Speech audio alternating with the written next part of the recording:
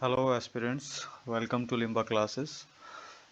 तो इस वीडियो में हम बात करने वाले हैं इग्नू MAHI 101 और इग्नू MHI 01।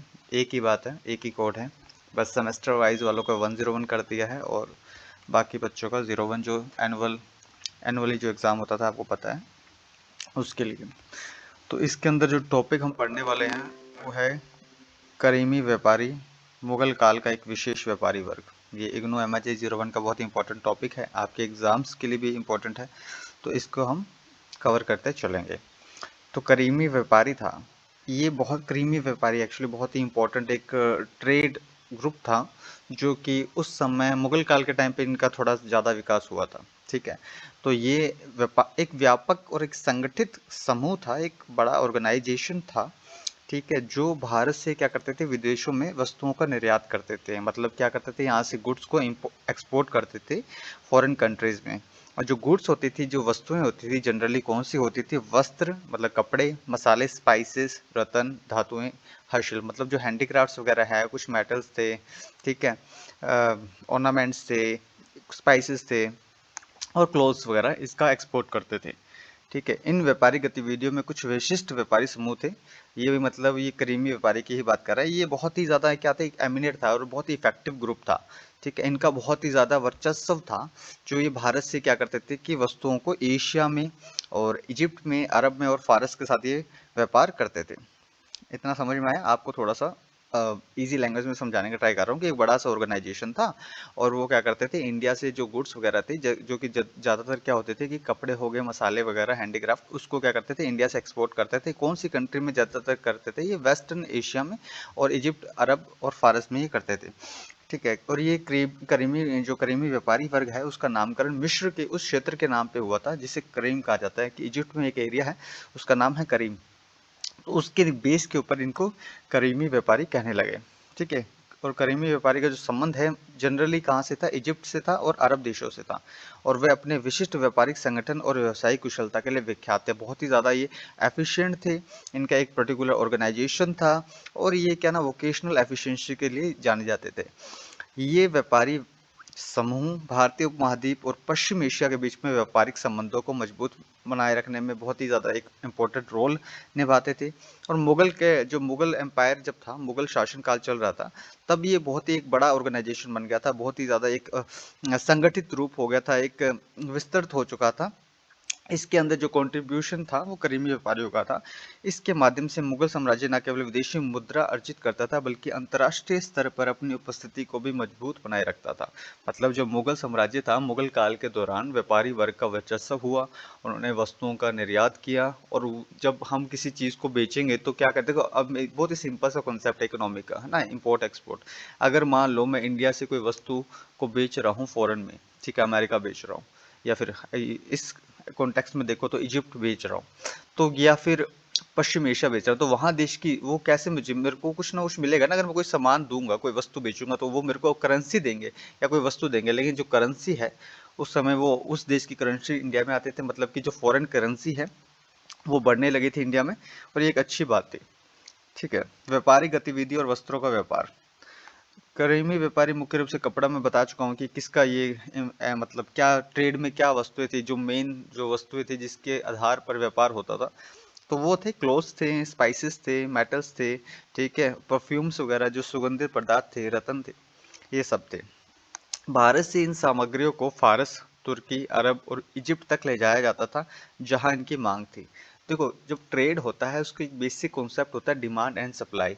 मान लो कि जो एक पर्टिकुलर कंट्री है या फिर कोई भी जो कस्टमर है, जिस वस्तु की डिमांड करता है, और वो वस्तु अगर उस देश से नहीं आया, मतलब बनती नहीं, उस देश में मैन्युफैक्चर नहीं होती, तो वो बाहर वाली कंट्री से लेगा ना।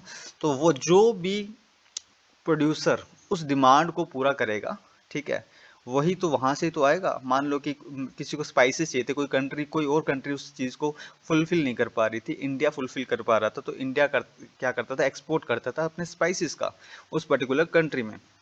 और जब खरीदने वाला ज्यादा होते हैं लोग, और जो बेच मतलब कि 20 लोग हैं जो इनको स्पाइसेस चाहिए, ठीक है, और 10 kg स्पाइसेस है, ठीक है, तो हर को क्या मिल जाएगा, आधा आधा किलो मिलेगा। लेकिन मान लो कि 20 लोग हैं खरीदने वाले और सिर्फ 1 kg है, तो क्या होगा कि बहुत बहुत ही रेयर ऑफ रेयर है ना।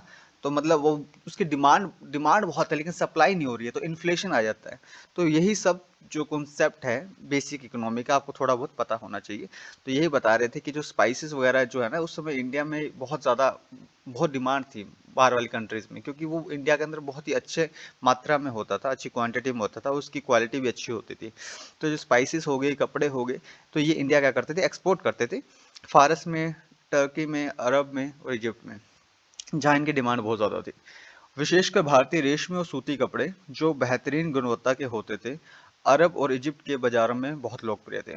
मतलब जो कपड़े होते थे ना, जो टेक्सटाइल इंडस्ट्री एक तरीके से मानकर चलो, सूती कपड़े, कॉटन इंडस्ट्री, कॉटन के जो कपड़े होते थे उनकी बहुत डिमांड होती थी, क्योंकि एक तो वो चीज़ कहीं मिल नहीं पाती है, वो वाला कपड़ा, अच्छा कपड़ा मिल नहीं पाता, उसकी क्वालिटी अच्छी होती है, हैंडीक्राफ्ट होते हैं, अच्छी गुणवत्ता का काम किया होता है, तो वो सब के लिए इसकी डिमांड बहुत थी इजिप्ट में और अरब में।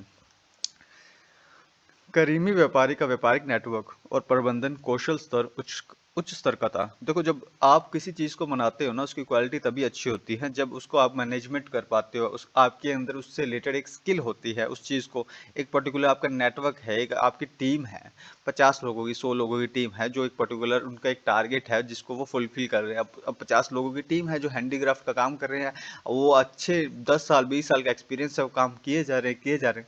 तो उससे क्या होता है कि कौशलता में विकास होता है, उसकी गुणवत्ता में विकास होता है, उसका नेटवर्क जो है, वो जो नेटवर्क है पर्टिकुलर, वो ग्रुप है, वो अपने आप को बेहतर करता जा रहा है। ठीक है, तो जब आप काम अच्छा दोगे तो उसका आपका दाम भी अच्छा मिलेगा। ठीक है, तो वही बात है कि वे अपने व्यापार को संगठित रूप से और व्यवस्थित तरीके से चलाते थे, क्योंकि एक वोकेशनल, आप कह दो कि एक स्किल हो गई है, या वोकेशनल एक क्वालिटी है।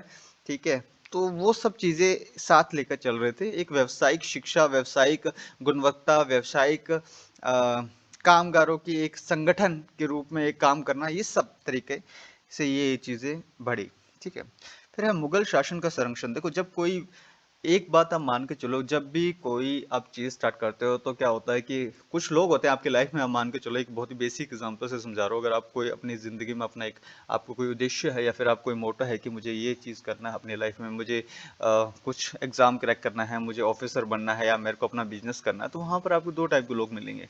एक टाइप के लोग जो आपको कहेंगे कि यार तू कर सकता है, yes you can do it, okay, तो वो आपको क्या कर रहे हैं, मोटिवेट कर रहे हैं, जो कि आपकी ऐसे लोग मिलना बहुत ही मुश्किल होता है। अगर आपकी जिंदगी में ऐसे लोग हैं तो उनका साथ मत छोड़िए। ठीक है, और मान लीजिए कि ऐसे भी मिलेंगे आपको कि अरे यार क्या करेगा, तेरे से नहीं हो पाएगा, तो वही बात है ना, तो फिर वो डीमोटिवेट का जो फैक्टर होता है वहां पर। तो आप ट्राई करो कि अच्छे लोगों के साथ रहो। वैसे ही अगर कोई आर्ट फॉर्म है या फिर कुछ व्यापारी वर्ग है, अगर वो कुछ व्यापार कर रहे हैं, अगर मान लो कि उनको उनको ही किसी ने सपोर्ट नहीं किया होता, उनको ही किसी ने संरक्षण नहीं दिया होता, तो वो इस बड़े पैमाने पर भारतीय अर्थव्यवस्था में या मुगल काल की अर्थव्यवस्था में योगदान नहीं दे पाते, जिससे कि भारत के अंदर उस समय इतनी विदेशी मुद्रा का अर्जन नहीं हो पाता, या फिर भारत का जो मसाले हैं या फिर कपड़े हैं वो बड़े पैमाने पर क्या होता है कि एक्सपोर्ट नहीं कर पाते उस समय, और वही आने वाले समय में उनकी डिमांड पूरे वर्ल्ड नहीं कर रहा होता। तो वही सारी बातें होती हैं। तो जो करीमी व्यापारी थे, करीमी व्यापारी, उनको जो शासन, मुगल शासन है, उन्होंने संरक्षण दिया था, उनको प्रोटेक्शन दिया था, क्योंकि वह व्यापारी मुगल दरबार के विदेशी मुद्रा का प्रमुख स्रोत था। मैं बता रहा हूँ इसीलिए क्योंकि अब जब उसको आप प्रोटेक्ट कर रहे हो, उसे सपोर्ट कर रहे हो, तो वो अच्छा काम करेगा। जब अच्छा काम करेगा तो फिर फॉरेन कंट्रीज में उस चीज की वैल्यू बढ़ने लगी, उस चीज की डिमांड बढ़ने लगी, फिर वो चीज जब बिकने लगी तो मुद्रे, ऑब्वियसली आप फॉरेन करेंसी लाएगा, एक तरीके से आज के टर्म में समझो तो एफडीआई आने लगा इंडिया के अंदर। ठीक है, तो ये सारी चीजें। और फिर करीमी व्यापारी ने मुगलों को व्यापार माध्यम से आर्थिक रूप से सुदृढ़ बनाने में सहायता की। ऑब्वियसली जब पैसा आएगा तो आपकी इकोनॉमिक सिचुएशन है वो अच्छी होगी। जब इकोनॉमिक सिचुएशन आपकी अच्छी होगी तो राइट्स बढ़ेंगे। ठीक है, राइट्स वगैरह मतलब वैल्यूज वगैरह, जो आप जो भी एक्सपोर्ट कर रहे हो उसकी वैल्यू मार्केट में बढ़ रही है, तो पैसा आ रहा है, पैसा आया जा रहा है। तो क्या हो गया, मुगल क्या होने लगे, स्ट्रांग होने लगे। तो उन्होंने कुछ राइट्स दिए, कुछ फैसिलिटी दी। ठीक है, जो व्यापारी वर्ग को, जिसमें टैक्सेशन में छूट हो गई, या फिर आप पोर्ट्स तक एक स्पेशल आपकी एक्सेसिबिलिटी हो जाएगी। ठीक है, और कुछ लॉज वगैरह के अंदर भी आपको प्रोटेक्शन वगैरह मिला। ये बात हो रही है क्रीमी व्यापारी की।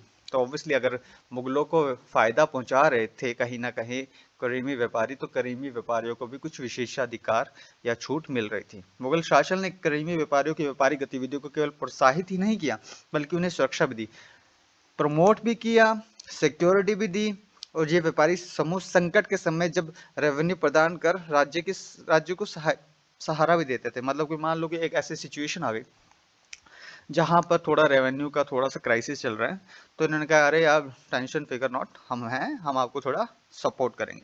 कई बार युद्ध और अन्य संकट के समय करीमी व्यापारियों ने वित्तीय सहायता भी दी, जिससे राज्य की आर्थिक स्थिरता बनी रहती थी। ठीक है।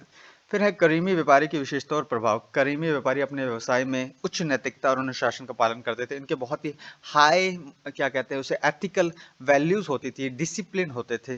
ठीक है। और जो वो काम करते थे उसके अंदर भी बड़े एफिशिएंट होते थे, कुशल होते थे, और अपने जो मैनेजमेंट बनाए रखते थे करेंसी का, और वो बहुत ही डिसिप्लिन से कि भैया कि ये जो है करप्शन नहीं होना चाहिए, भ्रष्टाचार नहीं होना चाहिए, पूरा आप जो है मैनेजमेंट करके चलोगे, कितना पैसा कहाँ जा रहा है, कितना पैसा कहाँ से आ रहा है, कितने हम एक्सपोर्ट कर रहे हैं, कितने हम हमारा ट्रेड चल रहा है। तो इसके अंदर बड़ा डिसिप्लिन के साथ, बड़े सख्ताई के साथ पालन करते थे, और व्यापारिक नीति में स्थायित्व और आपसी भरोसे को प्रमुखता दी जाती थी। ऐसा नहीं है कि भैया अरे यार तुम ऐसा है कि थोड़ा सा वो सिफारिश चल रही है, इसको ले लो उसको ले लो, और वो अंदर आके भ्रष्टाचार या करप्शन कर रहे हैं और चीज़ें खराब कर रहे हैं।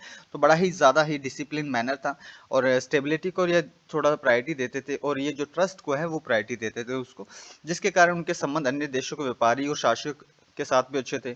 करीमी व्यापारी का व्यापार केवल आर्थिक ही नहीं बल्कि सांस्कृतिक आदान प्रदान का भी माध्यम था। ना केवल ये आर्थिक रूप से बल्कि सांस्कृतिक रूप से भी ये बहुत ही अच्छे, क्या करते हैं हम, ऑब्वियसली जब हम ट्रेड करते हैं ना, तो क्या करते हैं कि हम वस्तुओं को बेचते हैं, पैसा आता है, लेकिन उसके साथ सिर्फ वस्तु के साथ हम अपने कल्चरल नॉब्स को, कल्चरल फेस्टिवल को, कल्चरल थिंग्स को भी हम क्या करते हैं कि एक्सपोर्ट इंपोर्ट करते हैं। अरे अच्छा वहां पर इनकी इन चीजों से जुड़ी हुई ये मान्यताएं हैं, अच्छा ये वैल्यूज हैं, ये इंडिया वाले इसको ऐसा मानते हैं। तो ये सब क्या हो, आदान प्रदान होने लगा।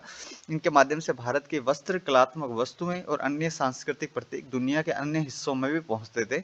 इससे भारतीय संस्कृति का भी प्रसार होता था। जो भारतीय संस्कृति जो पहले भारत में थी, अब वो पूरे विश्व में, पूरे भारतवर्ष में, पूरे सॉरी विश्व भर में ये क्या फैलने लगी। भारतीय संस्कृति हमेशा से ही बहुत ही सर्वोच्च संस्कृति है, इसकी बहुत ही मान्यता है, और बहुत ही सम्मानित संस्कृति है, जिसके अंदर बहुत सारे फैक्टर्स थे जिन्होंने इसको पूरे विश्व भर में फैलाने का प्रयास किया। उसमें से करीमी व्यापारी भी एक प्रमुख हिस्सा था। ठीक है। और पश्चिमी एशिया के देशों के साथ भारत के संबंध भी मजबूत होते थे। तो निष्कर्ष क्या है? निष्कर्ष ये है कि भाई करीमी व्यापारी मुगल साम्राज्य के आर्थिक शक्ति और अंतर्राष्ट्रीय व्यापारिक संबंधों के प्रमुख आधार थे। उनके व्यापारिक संगठन कुशलता, मुगल काल के साथ उनके संबंधों ने भारतीय अर्थव्यवस्था में स्थायित्व को बनाए रखा। करीमी व्यापारी न केवल अपने व्यापारिक कौशल के लिए बल्कि सांस्कृतिक सेतु बनाने के लिए भी याद किए जाते हैं। आई होप आपको ये अच्छा लगा होगा। देखो इसके अंदर आप जब लिखोगे ना, तो आप एक बात ध्यान रखना, जब हम बात कर रहे हैं करीमी व्यापारी की, तो करीमी व्यापारी कहाँ से आए हैं, करीम वाला एरिया कहाँ था, ठीक है, कौन सी जो चीज़ें हैं जो एक्सपोर्ट करते थे, जैसे गुड्स हो गए, ठीक है, जो कल्चर वैल्यूज़ हो गई, ठीक है, और स्पाइसेस हो गए, सारी चीज़ें। अब कल्चर वैल्यूज़ ऐसे नहीं है कि कोई एक पर्टिकुलर चीज़ है, वो मतलब वो साथ साथ होता था। ठीक है। इससे क्या हुआ, फॉरेन करेंसी हमारे इंडिया में आने लगा, हमारे रिलेशन अच्छे होने लगे, जो मुगल काल का जो बेस है, इकोनॉमी है, स्ट्रॉन्ग होने लगी, जिससे बहुत सारी चीज़ें स्टेबिलिटी बढ़ी। और उनके वो बड़े ही एक स्किलफुल पर्सन थे, और ट्रस्ट को ज़्यादा वो प्रायोरिटी देते थे। ठीक है। डिसिप्लिन को प्रायोरिटी देते थे, और बहुत ही सारे मैनेजमेंट को अच्छे से लेके चलते थे, करप्शन नहीं था। तो ये सारी चीज़ें हमको अपने आंसर में मेंशन करना है। बहुत ही इंपॉर्टेंट टॉपिक है इग्नू का, बहुत ही ज़्यादा आपको पूरा का पूरा टॉपिक अच्छे से कवर हमने कर दिया इसके अंदर, बहुत ही कम वर्ड्स में। अब देखो इसके अंदर आप 500 वर्ड भी लिख सकते हो, 250 वर्ड्स भी लिख सकते हो। ऐसे ही हमने अपने पूरे जो MHH01 से लेके 2, 3, 4, 5, 6, 7, 8, 9, 10 जो भी है आपके सारे नोट्स हमने बना के रखे हैं, इंग्लिश मीडियम के लिए और हिंदी मीडियम के लिए। आपको 9 दिसंबर का इसका एग्जाम है, अच्छे से तैयारी करें। अगर आपने अभी तक कुछ भी नहीं पढ़ा तो आप हमसे संपर्क कर सकते हो, limbaclasses7@gmail.com, या टेलीग्राम ग्रुप में आप ज्वाइन कर सकते हो। वहाँ पर हम क्या है कि नोट्स वगैरह हम प्रोवाइड करते हैं। अगर आप नोट्स बाय करना चाहते हो तो आप नोट्स बाय कर सकते हो, वैसे संपर्क कर सकते हो। मोहित लिम्बा 1 अगर आप लिखोगे टेलीग्राम पे तो आपको मेरे क्या नाम टेलीग्राम आईडी मिल जाएगी। और आप लिम्बा क्लासेस का ग्रुप है, या इग्नू MAH ग्रुप सर्च करके भी आपको हमारा टेलीग्राम ग्रुप मिल जाएगा। बाकी मैं डिस्क्रिप्शन में ग्रुप वगैरह का अपना आईडी का लिंक डाल दूंगा। आपको कोई भी डाउट हो, ठीक है, तो पूछ सकते हैं। और आपका अगर पूरे टाइम कुछ भी नहीं पढ़ा अभी तक आपने, तो भी आपको अच्छे से नंबर ला सकते हैं, बट बस वही है कि जो हम कहें वो आपको फॉलो करना पड़ेगा, आपके मार्क्स आ जाएंगे, इस बात की गारंटी हम लेते हैं। ठीक है, बाकी आपको मेहनत करनी पड़ेगी। ठीक है, तो अब मिलते हैं अगली वीडियो में। इस वीडियो में इतना ही। Thank you so much. Signing off Mohit Limba.